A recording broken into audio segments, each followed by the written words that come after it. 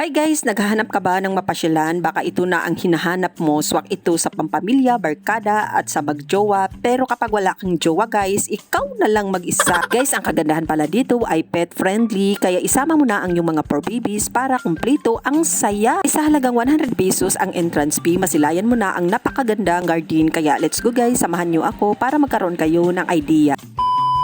Guys, pagdating mo pala dito, ito kaagad ang bubungad, basilayan mo kaagad ang malawak na parking area at dito na rin ang entrance, dito ka na rin magbayad. In fairness ha, ang gwapo-gwapo talaga ng baby nila, charot! Oh guys, wag ka munang magmadali dahil dito tayo magbayad ng entrance fee sa halagang 100 pesos. Tingnan nyo naman si ma'am, napakaganda pang Miss Universe ang dating. Pasok mo pala sa garden guys, ito kaagad ang bumungad, mapapamangha ka kung mahilig ka talaga sa bulaklak guys. Para sa'yo ang video na to. Guys, pagpasok mo dito sa gardens, maraming maniniyot ang mag-aalok sa'yo ng pre-picture, pero optional naman kapag kukunin mo yung picture saka ka na magbayad. Sa akin kasi guys, di ko na kinuha kaya di ko alam kung magkano dahil alam ko naman kapag naka-filter ako yung pinaka-diyosa dito. Guys, napakaganda pala dito, pwede ito sa pampamilya, barkada at sa magjowa, pero kapag wala kang jowa guys, ikaw na lang mag-isa. Anyway guys, ang pinaka-advantage pala dito ay pwede ito sa mga fur babies natin, kaya no worries, kaya tuloy ang saya. Guys, alas 12 pala kami ng tanghali dumating dito, kaya naman napakainit. Diyos ko Lord, kung pupunta kayo dito guys, mas maganda kapag mga 6 AM to 10 AM, tapos sa hapon naman guys 3:30 PM start based doon sa experience ko sa pagpunta dito. By the way guys, ang Perlas ng Silang ay isang simpleng garden na may iba't ibang klaseng halaman. Dinadayo at nagugustuhan ito ng ating mga kababayan dahil sa mapang-akit na kapaligiran at nakapwisto ito sa napakagandang lugar. By the way guys, kahit napakainit, napakaganda pa rin pagmasdan ang mga halaman. Ito pala ang statue ni Perlas ng Silang. Sabi doon sa isang maniniyot sa akin, kaya naman napamangha ako. At totoo lang guys, napakasimple lang naman talaga ang garden, pero magtataka ka kung bakit ang daming mga taong pumupunta dito. Oo guys, totoo, napakasimple lang naman talaga ang garden dahil kapag taga-probinsya ka, lahat ng halaman dito nakikita mo na. Feeling ko guys no, ang garden na to ay puno ng pagmamahal, puno ng kaligayahan at ang may-ari nito may napakabusilak na puso. Na-notice ko pala guys, kapag medyo makulimlim ang kapaligiran, ang dami palang taong nagsigdagsaan sa garden. By the way guys, balikan ko muna ang aking nakaraan. Nung bata pa kasi ako, may garden kami sa harapan ng aming bahay. Tanim yun ng aking kapatid na babae. Hindi siya malawak, pero napakagandang pagmasdan dahil alam kong puno yun ng pagmamahal. Yan yun naman guys, napakasimple pala ng halaman pero napakagandang tingnan. By the way guys, napakalapad pala ng garden nila dito. Kung di ako nagkakamali, aabot ito ng mga 1 to 3 hectares. May restaurant pala sila dito guys, pero di ko nabidyuhan. May kapihan pala dito at iba pa, pero di pa tapos na alam ko kapag matapos, mapapawaw ka talaga. Mayroon din pala dito naglalakiang puno guys na kapag nainitan ka, pwede kang pumunta at magmuni-muni para makalimutan mong may utang ka pala. Pala guys, ganito pala ang gusto kong lugar dahil para sa akin naibsan ang mga problema ko sa buhay, malayo sa ingay at nakakalanghap ka ng sariwang hangin. Perlas ng Silang guys ay matatagpuan pala sa Purok 5, Barangay Pulang, Bunga Road, Silang 4818 Cavite. Naikot ko na lahat halos ang garden guys, na pagdesisyon na namin na uuwi na kami. Siya nga pala guys, bawal pala dito ang magdala ng tubig. Hindi pala kami sukat Muntinlupa guys to Silang Cavite, mahigit 1 oras naming binabaybay ang kahabaan ng kalsada. Siya nga pala guys, pwedeng pwede ito sa mga lulas at mamis dahil nasa gilid lang ito ng kalsada at hindi naman ito mahirap ang lalakbayin dahil hindi siya nasa tuktok ng bundok. Parking naman nila dito guys, hindi dapat mag-alala dahil napakalapad at safe. Higit sa lahat, walang bayad ang parking nila dito. O diba, san ka pa? Ito pala hindi naanan namin guys, na di namin akalain na mayroon palang magandang nagtatagong garden dito. See you in my next video guys. Babu!